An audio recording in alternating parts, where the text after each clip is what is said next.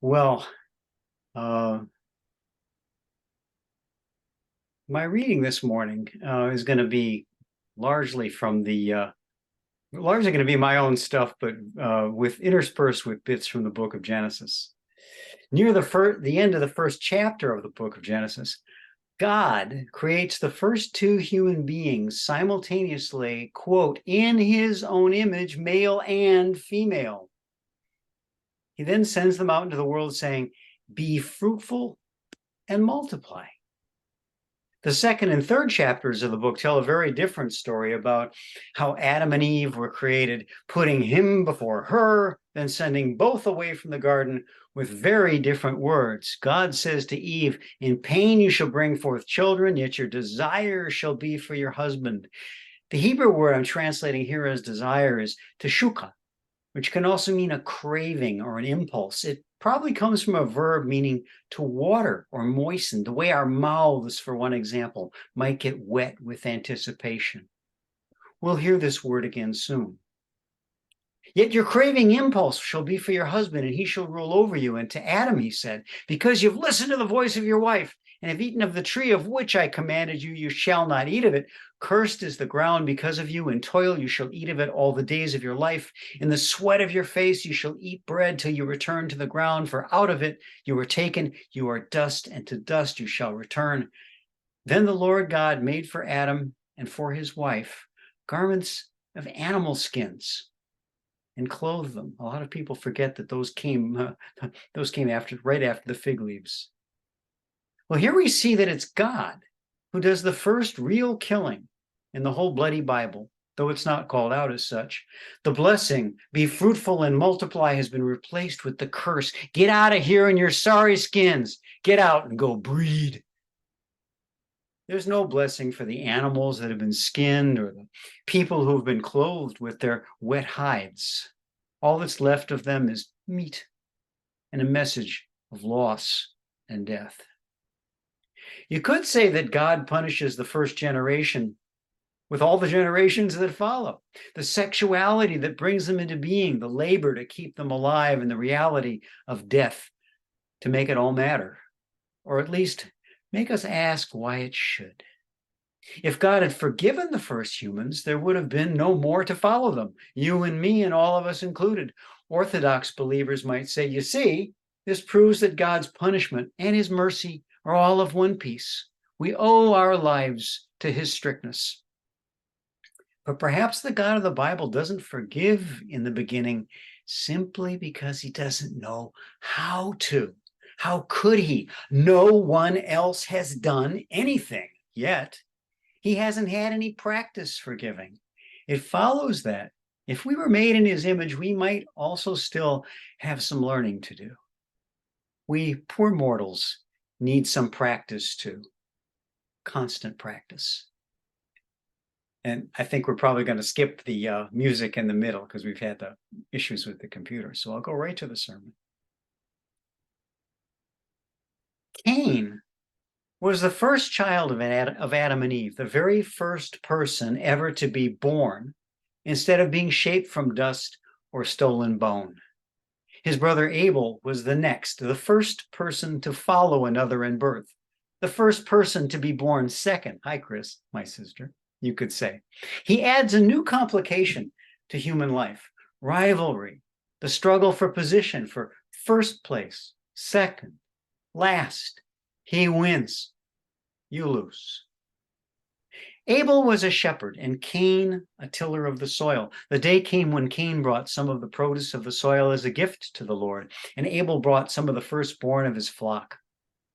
No one has told them to do this.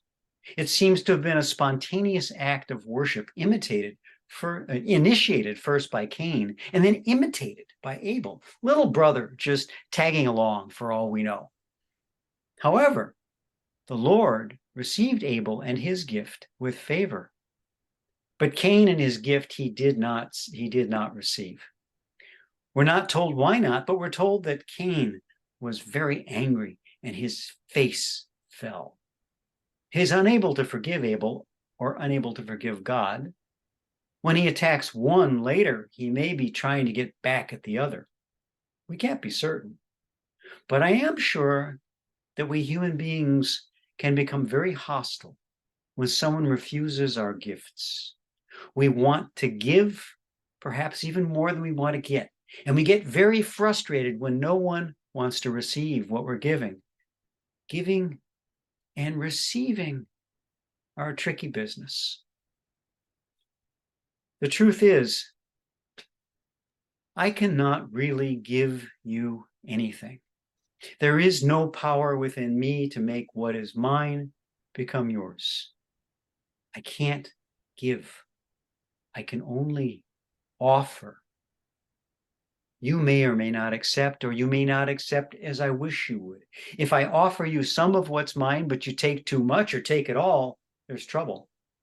If I offer everything and you take too little, as sometimes happens when one loves another who does not share our feelings, things can get even worse. But when I offer my best and you don't even smile, then watch out. The Hebrew text says that God did not sha'a Cain or his gift. He did not look with favor, respect, or maybe even notice the man or what he'd offered. It was a facial, visual thing, more than a matter of God not taking the offering with his hands or not swallowing it. Cain did not get the eye he wanted, the face he wanted. He did not get the look he wanted from God for his offering, the likes to what he'd posted, we might say today. Maybe he didn't even know that that was what he wanted until he saw God show a smiling face to Abel. And then he wants it so much, he's willing to kill to get it. We read the story of Cain and Abel in the 4th chapter of the book of Genesis, but that's not the only place we read it. We read it in our own lives or in the newspaper every day, not just the Bible. We read that we are the children not of Abel, who was killed, but of Cain. We are bitter and vengeful when someone does not accept what we offer, maybe more than when they steal from us what's ours. We shoot off an angry tweet or email, or we might shoot off our guns. Why can't you at least give me a nice look after all that I've done? Why not let me give you love? Why can't you at least smile when you see what I'm trying to do here? What do I have to do to make you smile? The Lord said to Cain, why are you angry? And why is your face fallen? If you do well, will you not be accepted? And if you do not do well, sin is crouching at the door. Its desire is for you, and you will be governed by it. Here's that same word, teshuka, the one that we heard used earlier for Eve's desire for Adam. But now it's used for a wet craving or impulse that sin feels for Cain, as it crouches like a living thing, waiting to draw him into itself. It won't have to wait for long.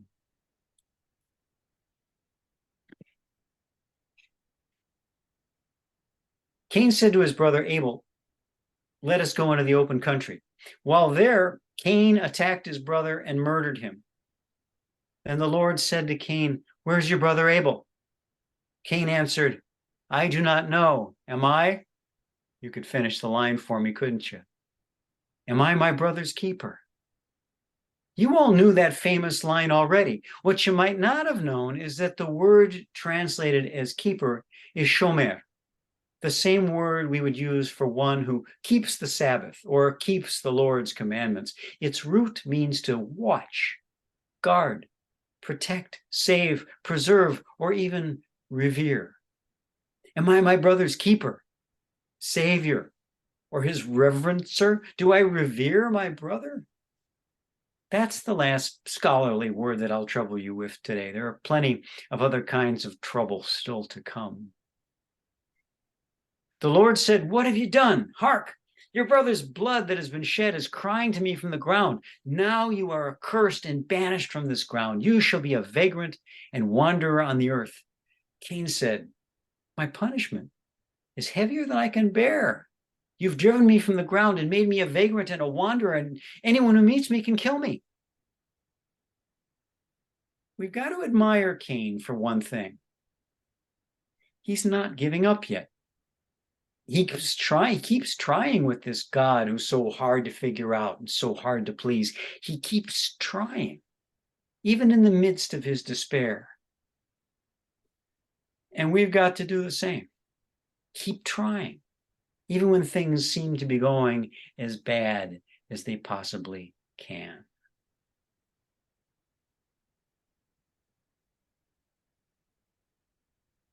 Keep trying. Keep trying above all to communicate. This worked. That didn't. What should we try next? Cain said, "My punishment is heavier than I can bear. You've driven me from the ground, and anyone who meets me can kill me." The Lord answered, "No. If anyone kills Cain, Cain shall be avenged sevenfold." So the Lord put a mark on Cain in order that anyone meeting him should not kill him. Please notice that the famous mark of Cain was not for punishment, but for protection. A warning of sevenfold retribution for anyone who kills Cain. Please also notice the numbers here. Notice that this first, what could we call it, vengeance ratio, 7-1, is said to be the ratio established by God. A God who's still pretty new to the job of dealing with humans, but who may be making progress in learning how to forgive and to temper his punishments after that monster load he dumped on Adam and Eve for the fruit incident. Later on in the Bible, we will hear ratios like 1-1, an eye for an eye.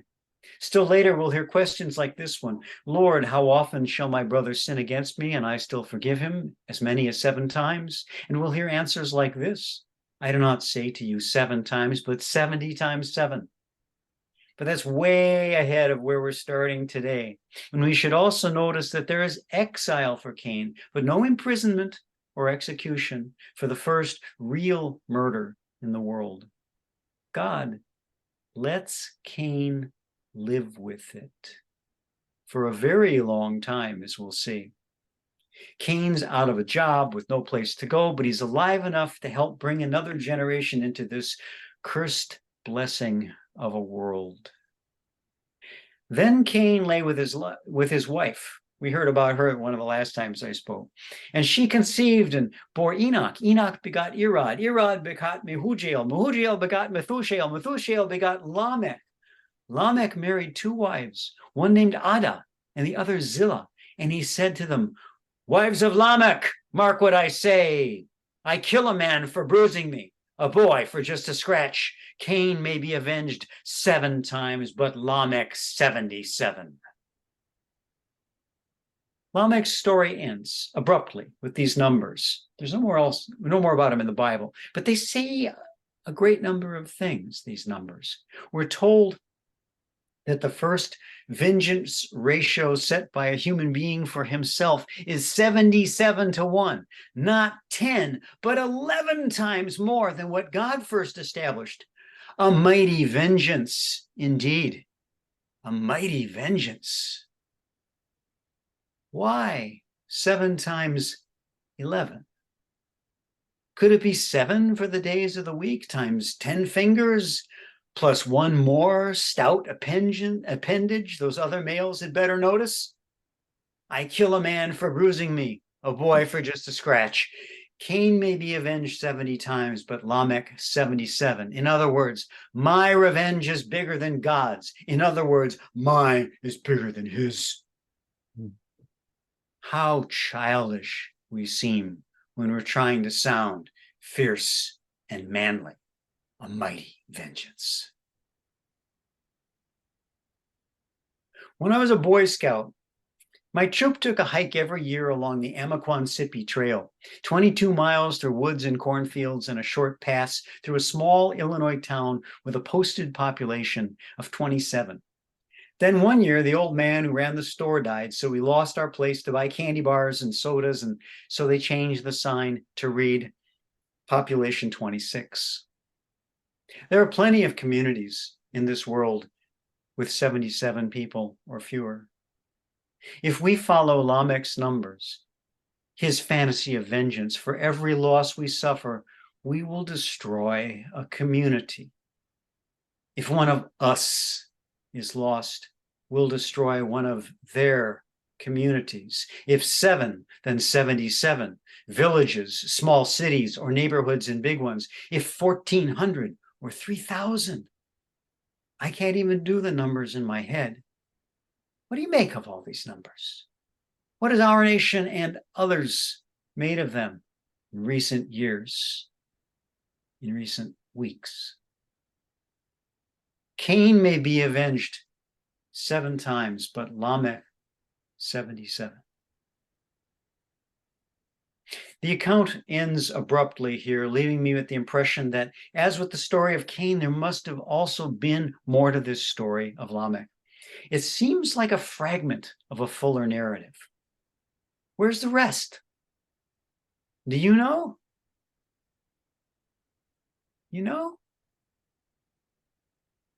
Could it be that we are the authors of the continuing story of Lamech?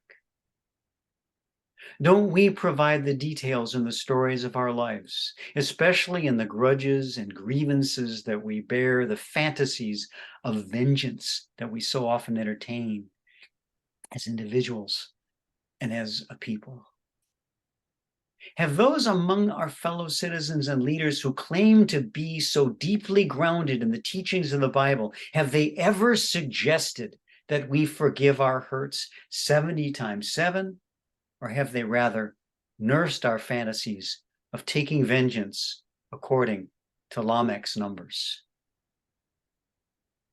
Let's pause for a moment of silence to consider how we forgive, how we do not, and why so often it seems that we are unable to escape the loop of wanting to get back, get even, and even to get 77 times over what we feel we've lost.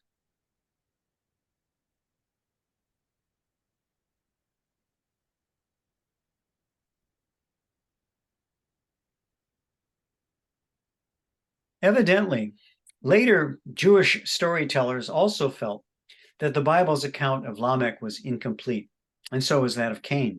They expanded on both, telling us in the Agadah that the mark God put on Cain turned into a horn, so that he looked a bit like a unicorn or a rhinoceros, and that Cain went on living for hundreds of years, robbing and injuring people and inspiring others to do the same, but protected from vengeance by his distinctive mark.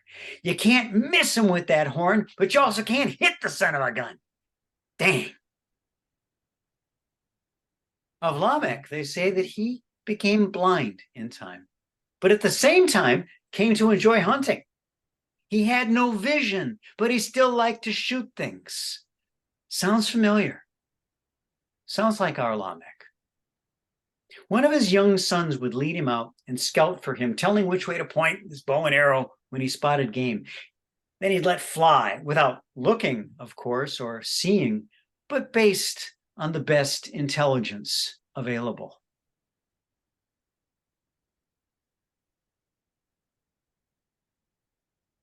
One day, the boy saw a horned creature in the distance. So he told Lamech, who drew an arrow and shot. Father and son approached the beast. Then the little boy told Lamech that whatever it was he just killed, it looked like a man, except for a horn on its forehead.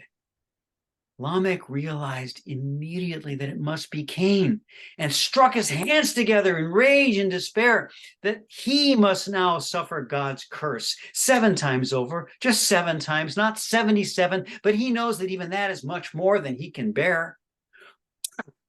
He abandoned himself, and in such abandon, his movements became very powerful. He didn't know that his son had drawn close to him, perhaps in fear of this strange dead creature, and Lamech's hand struck the child in such a way that he was killed instantly.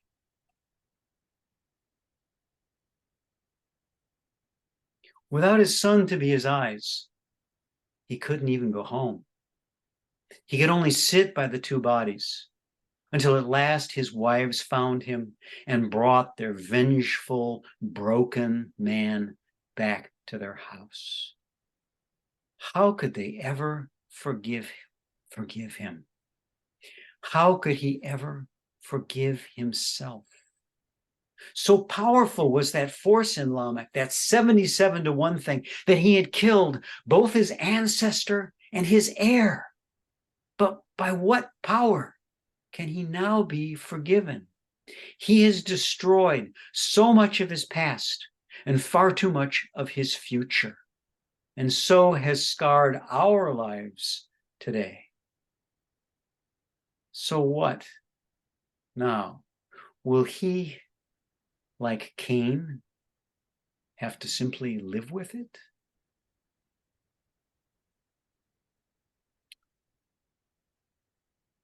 It's probably easier to forgive another person than it is to be forgiven.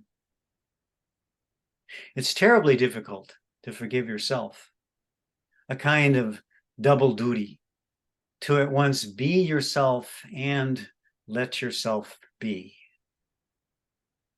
I can't tell you which of these is more important, or if we're given forgiveness by some higher power, or if such forgiveness would be any easier to receive than yours or mine.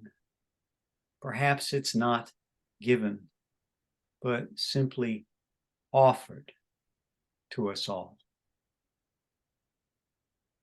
We've already spoken of the difference between giving and offering, and how even God may need constant practice to get it right. I'm sure that the best practice for not forgiving yourself is not forgiving others. The best protection against having to forgive others is to not forgive yourself. Forgiving is not easy for one person or two, for a family or for a community. I can't close today by calling on everyone here to forgive. To forgive what? You know best. What did he do to you? What did she say? Why'd she have to say it like that? How could they ambush you like that? Like they did that ugly day. And no one stepped up to protect you. Must you really forgive all this? I can't make that call from inside of you or your situation. But if you do hear such a call in there, where you sit and live and breathe, please listen.